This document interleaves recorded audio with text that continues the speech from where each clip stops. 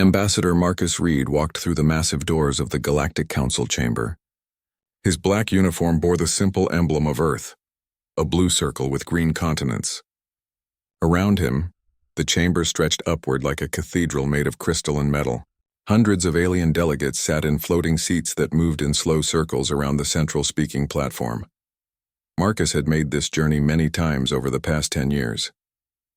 Each time he carried the same message from humanity. Each time he faced the same cold stares from creatures that looked down on his species. Today would be different, though. Today, the Council would finally give their answer about humanity's request to join the galactic community. The chamber fell silent as Marcus stepped onto the speaking platform. A beam of light surrounded him, and his image appeared on screens throughout the vast room. He could see the faces of dozens of alien species, some with scales, others with fur, many with features he could barely understand. All of them watched him with the same expression. They thought humans were beneath them. Chancellor Crix of the Velthari rose from his golden seat. His tall, thin body moved like a snake as he floated down to face Marcus. The Velthari had blue skin that shimmered in the chamber's light, and their large black eyes showed no warmth. They had been spacefaring for over 5,000 years and considered themselves the most advanced species in the galaxy. Human Ambassador, Crix spoke in his musical voice that somehow sounded like mockery.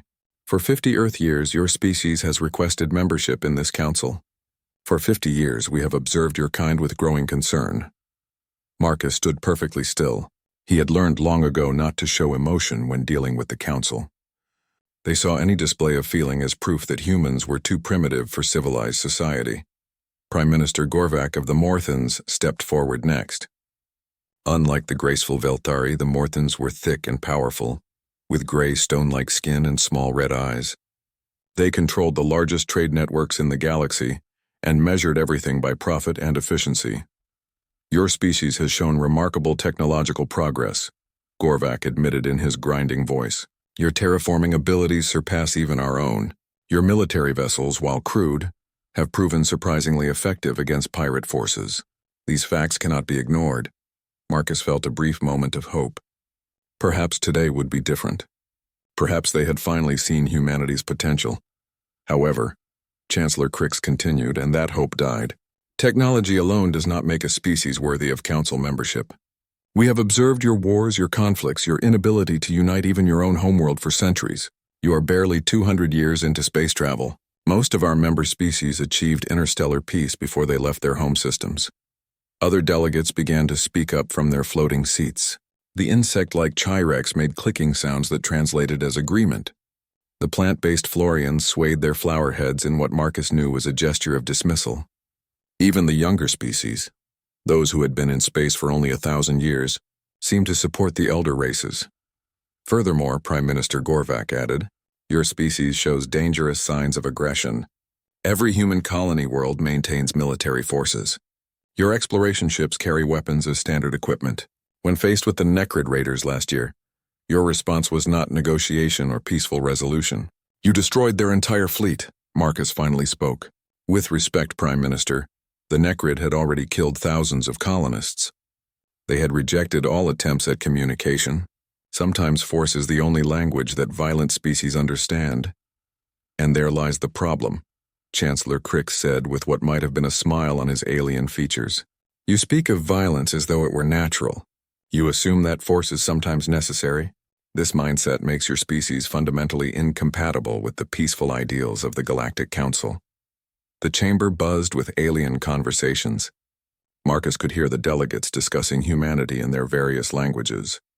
The translation system in his ear turned their words into cold assessments of human character. Violent, unpredictable, dangerous, primitive, and ancient delegate from the ethereal collective floated forward. The ethereals were beings of pure energy who rarely spoke in council sessions. When they did, others listened with deep respect. Their voice came through the speakers like distant music. We have watched the humans with great interest. In their short time among the stars, they have already changed the balance of power in 3 sectors. They form alliances quickly but abandon them just as fast when their interests change. They claim to seek peace but prepare constantly for war. Such a species could disrupt the careful order we have spent millennia building. Marcus felt anger rising in his chest, but he kept his voice calm. The human species seeks only to contribute to galactic civilization. We offer our knowledge freely. Our terraforming technology could transform dead worlds into gardens. Our medical advances could extend the lives of countless beings. Our defensive capabilities could protect peaceful species from raiders and pirates. Your offers are noted, Chancellor Crix replied, but the Council has made its decision. The chamber fell completely silent. Even the floating seats stopped their slow movement. Marcus could feel the weight of hundreds of alien gazes upon him. The Galactic Council finds that humanity is not ready for membership in civilized galactic society. Your species must mature beyond its violent instincts. You must prove that you can maintain peace not just within your own territory, but in all your dealings with other species. Perhaps in another century or two, when you have learned to control your aggressive nature, we will reconsider your application. The words hit Marcus like physical blows. 50 years of diplomacy, 50 years of trying to prove humanity's worth, 50 years of being treated like children by species that had never faced the challenges humans overcame daily. All of it had been for nothing. However, Prime Minister Gorvac continued, the Council is not without mercy. We will continue to trade with human worlds on a limited basis. Your terraforming services will still be welcome in neutral sectors. Individual humans may apply for residence permits on Council worlds, though full citizenship will not be granted. Marcus looked around the chamber one final time. He saw satisfaction on many alien faces. They had put the dangerous humans in their place. They had maintained their comfortable order where ancient species ruled and younger ones obeyed. I see, Marcus said quietly. He reached into his uniform and pulled out a small device. With careful movements, he placed it on the speaking platform. Then I have only one thing to say to this council. He straightened his shoulders and looked directly at Chancellor Crix. You have made your choice based on fear and prejudice, rather than wisdom and opportunity. You see our strength as a threat rather than a potential asset. You judge us by standards you never had to meet when your own species were young and struggling. Marcus turned and began walking toward the chamber doors. But understand this, Chancellor Crix, Prime Minister Gorvac, and all members of this council. You may find that decision deeply regrettable. As he reached the doors, Marcus heard murmurs of confusion and anger from the delegates. Some called out questions about his meaning.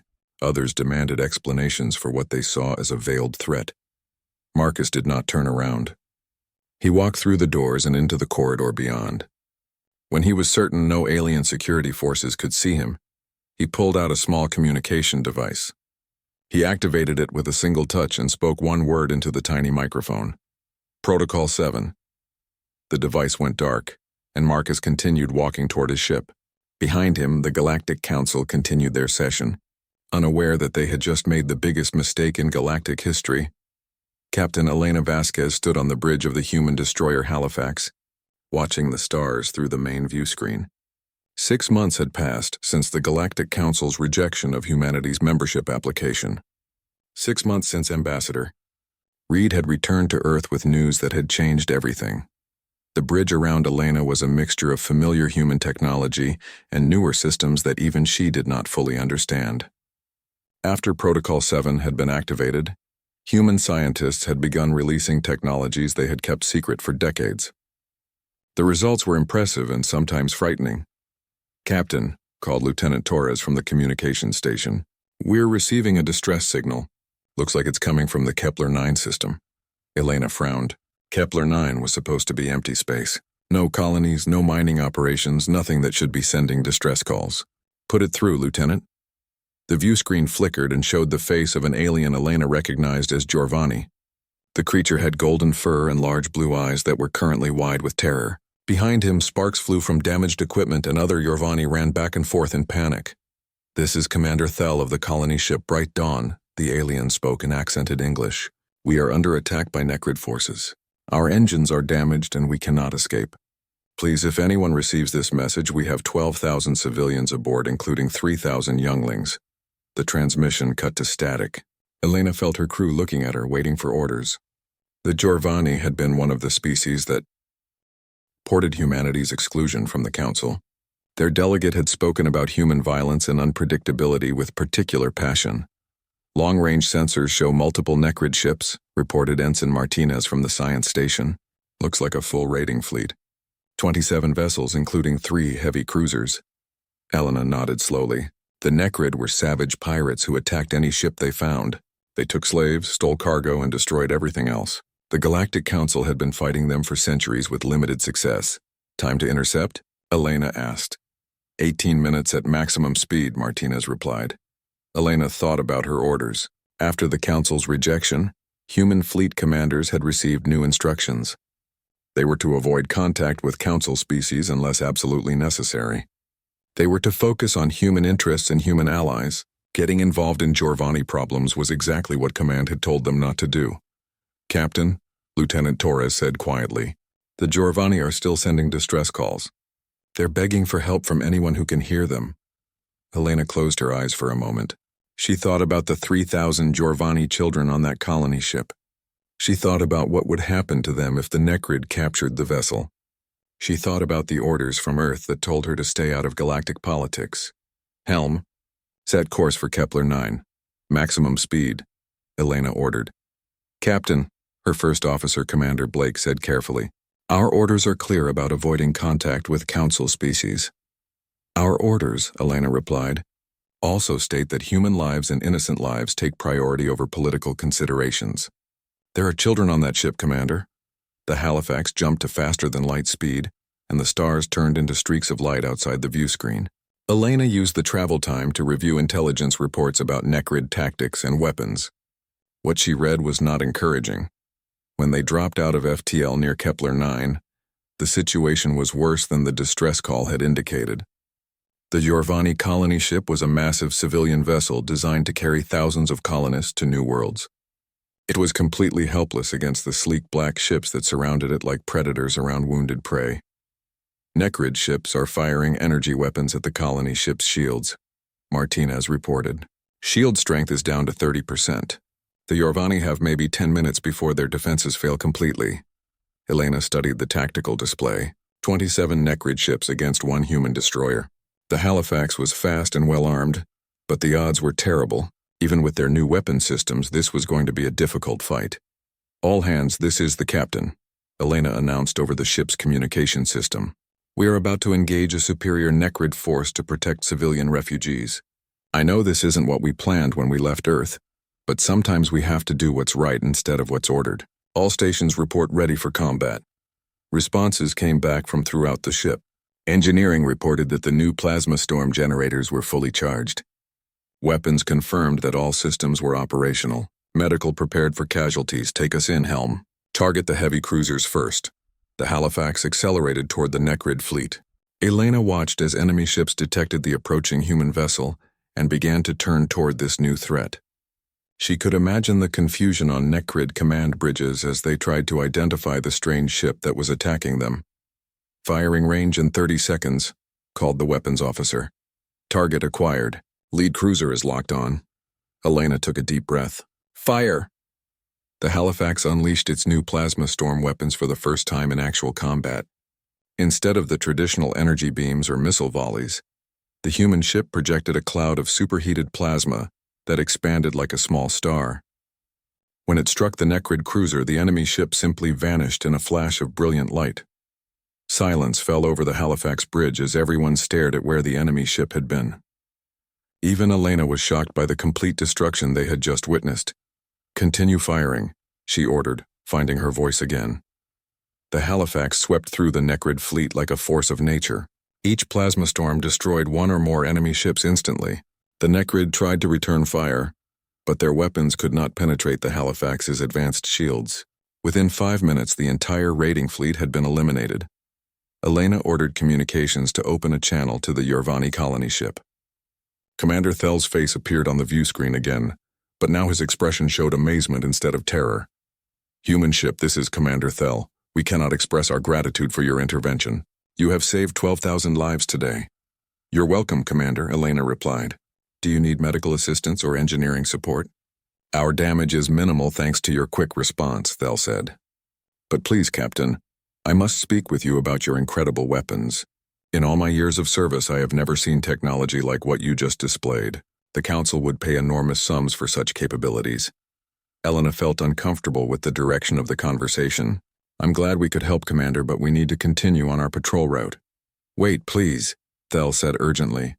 My government will want to establish formal relations with humanity immediately. After what we witnessed today, the Yorvani people would be honored to offer alliance and friendship to your species. That's very kind, Commander, but humanity is pursuing other interests right now. Thel's blue eyes widened with confusion. Other interests?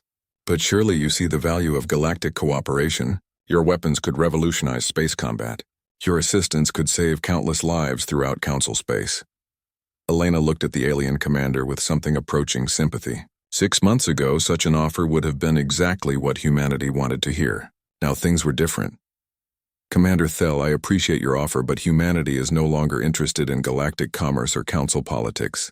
We have our own path to follow now. I don't understand, Thel said. Why would you refuse such opportunities? Elena thought about Ambassador Reed's report on the Council's rejection.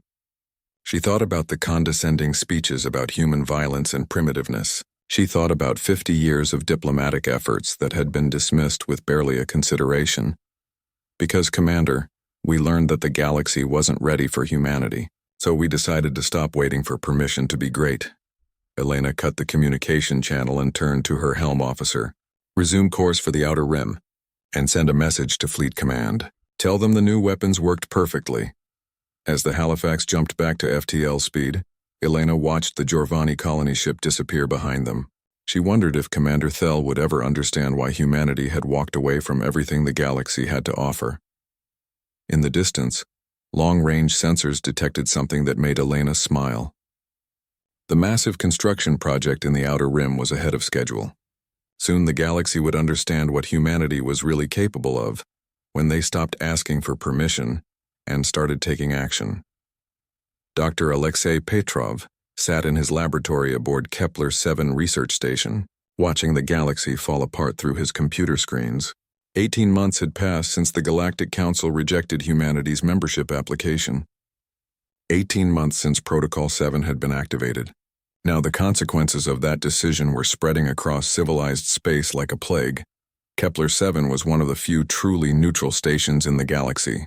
Scientists from dozens of species worked together here, sharing knowledge and conducting research that benefited everyone. Alexei had been living here for 5 years, one of only 12 humans on the massive station. He had chosen to stay after the Council's rejection, believing that science should remain above politics. Now he was beginning to wonder if that had been a mistake. Dr. Petrov called his research assistant, a young Velthari named Ilex. The communication systems in Section 7 have stopped working completely.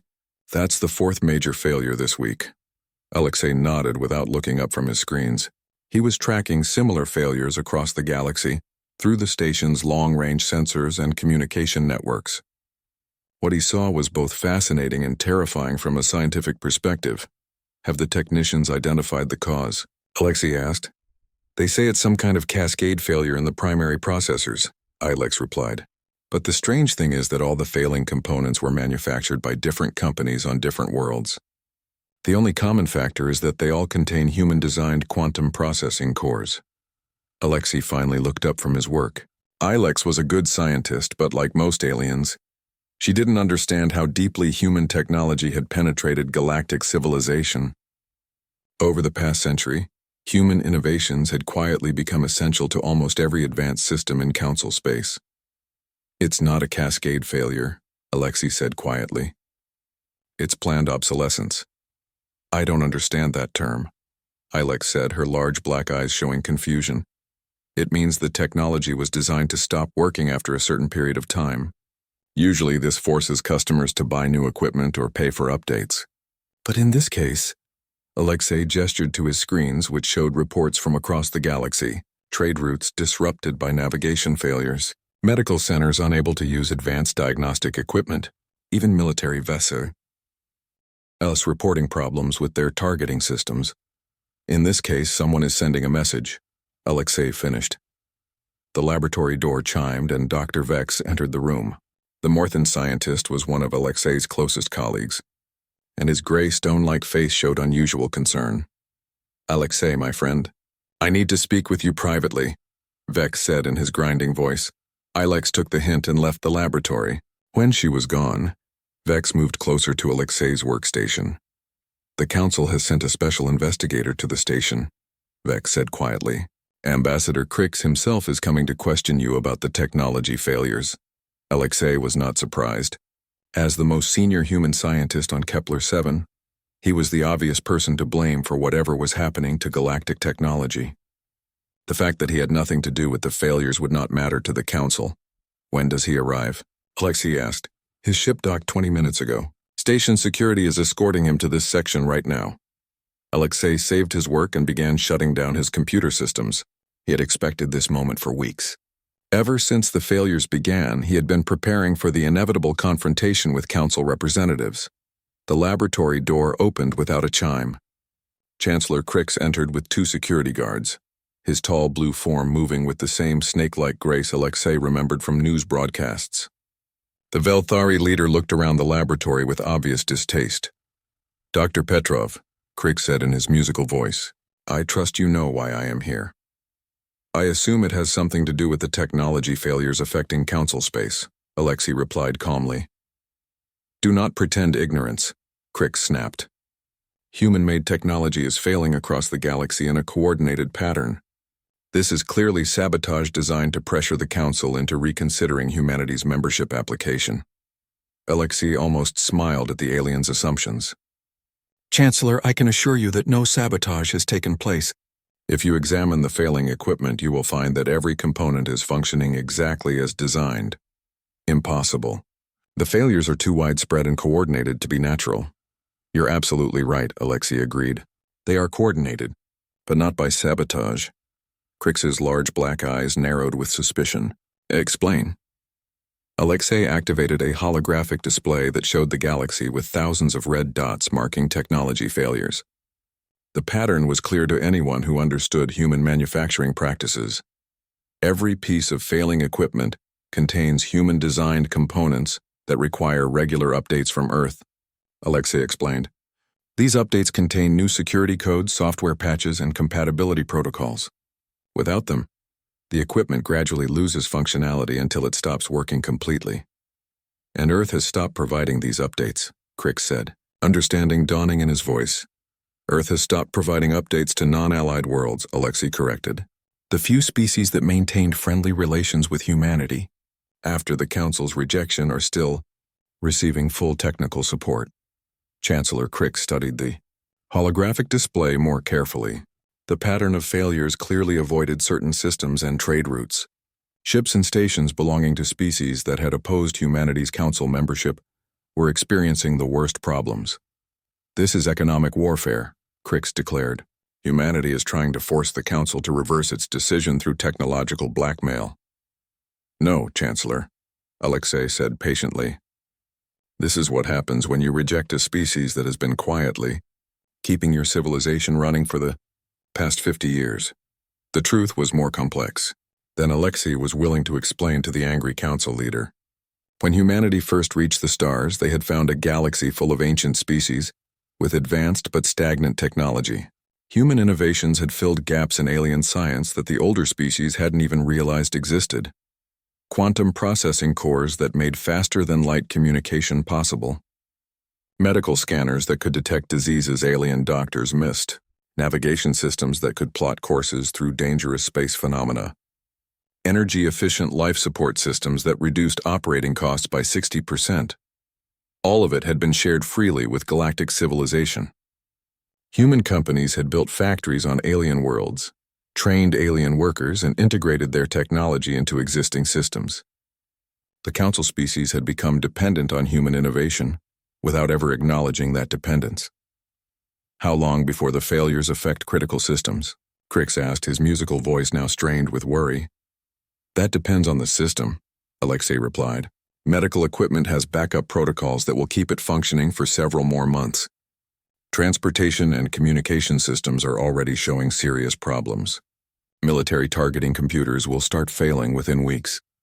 Chancellor Crix was silent for several minutes, studying the holographic display. Alexei could see the alien leader's mind working through the implications. Without human technology, much of the Council's infrastructure would simply stop working. What would it take to restore the updates? Crix finally asked. I don't know, Alexei said honestly. I'm a scientist, not a diplomat. But I suspect the answer would have been different 18 months ago. What do you mean? Alexei gestured toward his workstation, where long-range sensor data showed energy readings from the outer rim of human space. Whatever humanity is building out there requires enormous amounts of power. Based on the energy signatures, it's something the galaxy has never seen before. What kind of construction project needs that much energy? Dr. Vex asked from across the room. I have some theories, Alexei said carefully. But if I'm right, then the technology failures across Council space are the least of your worries. Chancellor Crix moved closer to the display showing the mysterious energy readings. Elaborate. The power output suggests they're building something that can harness the energy of an entire star, Alexei explained. If humanity has achieved that level of technology, then they no longer need anything the Council can offer. Trade routes, diplomatic relations, even military alliances become irrelevant when you have access to stellar-scale energy. The laboratory fell silent as the implications sank in. A species that could harness the power of stars would be beyond anything the galaxy had ever seen. They would be able to terraform dead worlds in months instead of centuries. They could build ships and weapons that no conventional force could oppose. You're saying humanity is beyond our reach now? Crix said quietly. I'm saying that 18 months ago, humanity wanted to join the galactic community as equals, Alexei replied. Now they may have evolved beyond the need for any community at all. Chancellor Crix stared at the energy readings for several more minutes. Finally, he turned and walked toward the laboratory door without another word. His security guards followed, leaving Alexei alone with Dr. Vex. Do you really think they've become that advanced? Vex asked. Alexei looked at his friend's concerned face and decided to tell him the truth. The energy readings are consistent with a Dyson swarm, a collection of satellites that capture most of a star's energy output. If humanity has built such a system around their sun, then they now have access to more power than the rest of the galaxy combined. And we told them they weren't worthy of joining us, Vex said with what might have been regret in his grinding voice.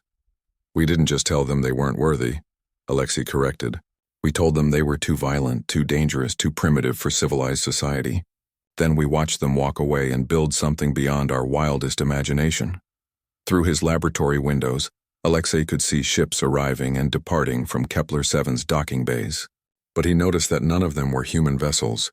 For the first time in decades, not a single human ship was visible anywhere in the station's vicinity. Humanity had indeed walked away from galactic civilization, and as the technology failures spread across Council space, it was becoming clear that they had taken the future with them.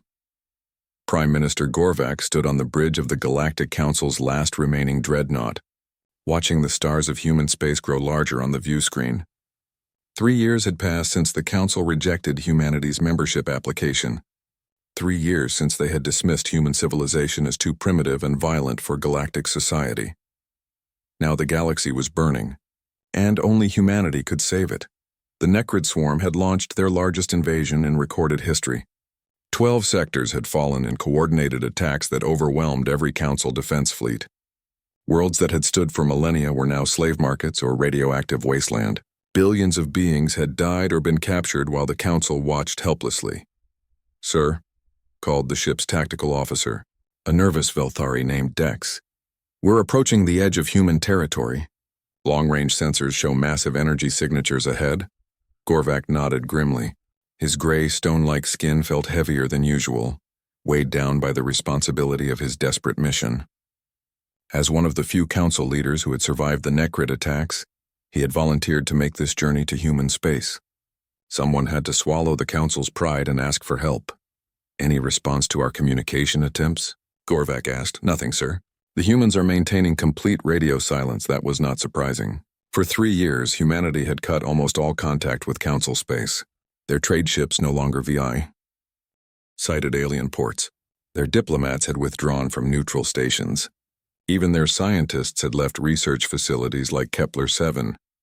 It was as if humanity had simply decided that the rest of the galaxy no longer existed. Sir, the navigation officer reported, we're detecting a human vessel approaching. It's massive, larger than anything in our fleet database. The view screen shifted to show a ship that defied Gorvak's understanding of naval architecture. The human vessel was easily 10 times the size of the Council dreadnought, but it moved with impossible grace and speed. Its hull was a perfect black that seemed to absorb light rather than reflect it.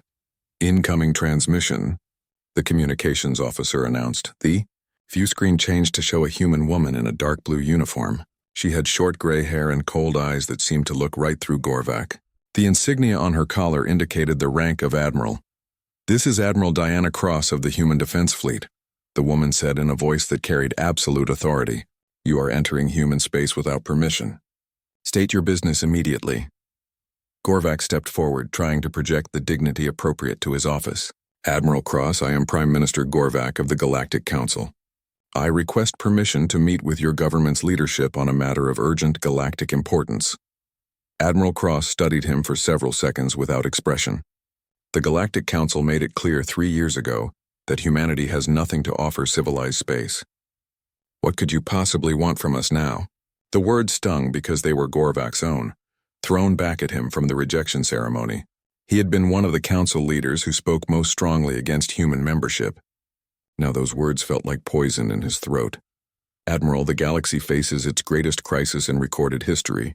The Necrid swarm has launched a coordinated invasion across 12 sectors. Our combined fleets have been destroyed. Billions are dead or enslaved. Without immediate assistance, galactic civilization will fall completely. And you want humanity to clean up your mess," Admiral Cross said without a trace of sympathy. "We want to discuss the possibility of temporary military cooperation," Gorvac corrected, though he knew his words sounded hollow. Admiral Cross was quiet for almost a full minute. Gorvac could see her considering his request, weighing options he couldn't begin to guess. Finally, she spoke again.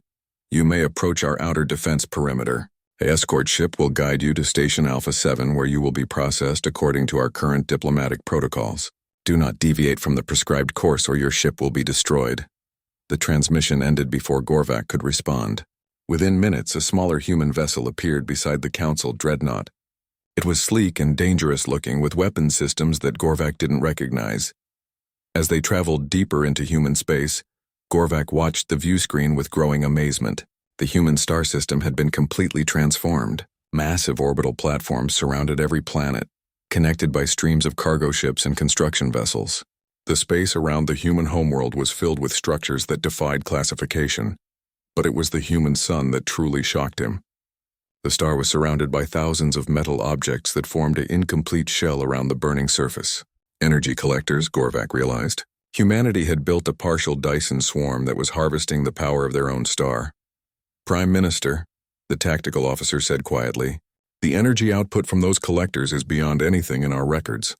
The humans now have access to more power than our entire civilization combined." Station Alpha 7 was a massive structure that could have housed 1 million beings.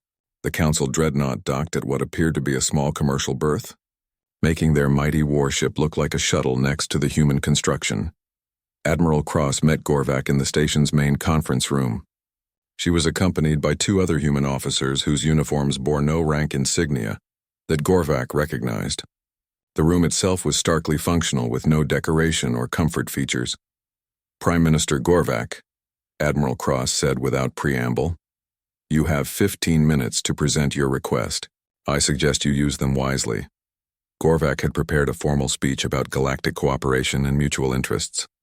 Looking at the cold faces across the table, he decided to abandon diplomacy and speak plainly. "Admiral, the Necrid swarm has weapons and technology that surpass anything the Council has ever seen. They're not just raiding anymore, they're conducting a systematic conquest of our territory. At their current rate of advance, they will reach the core worlds within 6 months. The core worlds where the Council chambers are located," Admiral Cross noted. "The same chambers where humanity was told it had nothing to offer civilized space." "Yes," Gorvac admitted. "The same chambers where we made a terrible mistake." Admiral Cross leaned back in her chair. "Continue." "Our intelligence suggests the Necrid have been preparing this invasion for decades. They have weapons that can penetrate any shields we possess.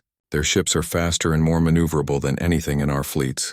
Worst of all, they seem to have developed some kind of communication disruption technology that prevents our forces from coordinating effectively. And you believe humanity can succeed where the entire Galactic Council has failed," one of the other human officers said. Frankly, we don't know, Gorvak replied honestly. But you're the only major military power that hasn't been tested against the Nekrid's new capabilities. You're our last hope. Admiral Cross stood and walked to a wall display that showed a map of the galaxy. Red zones marked Nekrid-controlled territory, which now covered nearly a quarter of known space. What exactly are you offering in exchange for human intervention? She asked. Gorvak had dreaded this question. The Council had very little left to offer. Their fleets were destroyed, their economies disrupted, their technology proven inferior to both human and Nekrid capabilities. Full Council membership for humanity, Gorvak said. Immediate recognition as a major galactic power. Trade agreements on the most favorable terms. Access to Council scientific databases and research facilities. Admiral Cross turned to look at him with something that might have been amusement. Prime Minister, do you see what surrounds us? Do you understand what humanity has accomplished in 3 years of isolation? She gestured toward a window that showed the massive orbital structures surrounding the human homeworld. We have harnessed the power of our star. We have built a fleet that dwarfs anything the galaxy has ever seen. We have developed technology that makes Council science look primitive. What exactly do you think you have that we want? The question hung in the air like a death sentence.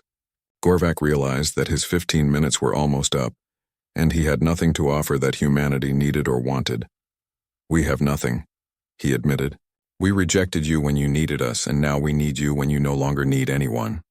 But I'm not here to offer you trade deals or technology. I'm here to appeal to whatever humanity you still possess. Admiral Cross raised an eyebrow. Explain. 3 years ago, Captain Elena Vasquez saved 12,000 Jorvani civilians from Nekrid raiders. She could have followed orders and left them to die. Instead, she risked her ship and crew to protect innocent lives. That action showed us more about human character than 50 years of diplomatic negotiations. Gorvak stood and faced Admiral Cross directly.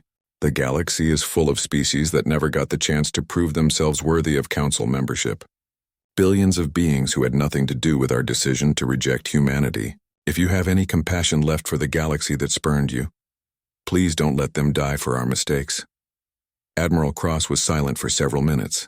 When she finally spoke, her voice was softer but no less firm. Prime Minister Gorvak, humanity appreciates your candor. We will consider your request and provide an answer within 48 hours. Until then, you are welcome to remain on this station as our guest. Admiral, I must stress the urgency of the situation. Every day we delay costs thousands of lives. Every day the Council delayed cost humanity 50 years of isolation and dismissal, Admiral Cross replied. 48 hours is generous under the circumstances. As Gorvak was escorted to guest quarters, he couldn't help but notice the activity visible through the station's windows. Human ships were moving throughout the system in formations too large to count. Whatever decision Admiral Cross and her government made, it was clear that humanity was preparing for something massive. Gorvak only hoped they were preparing to save the galaxy rather than watch it burn.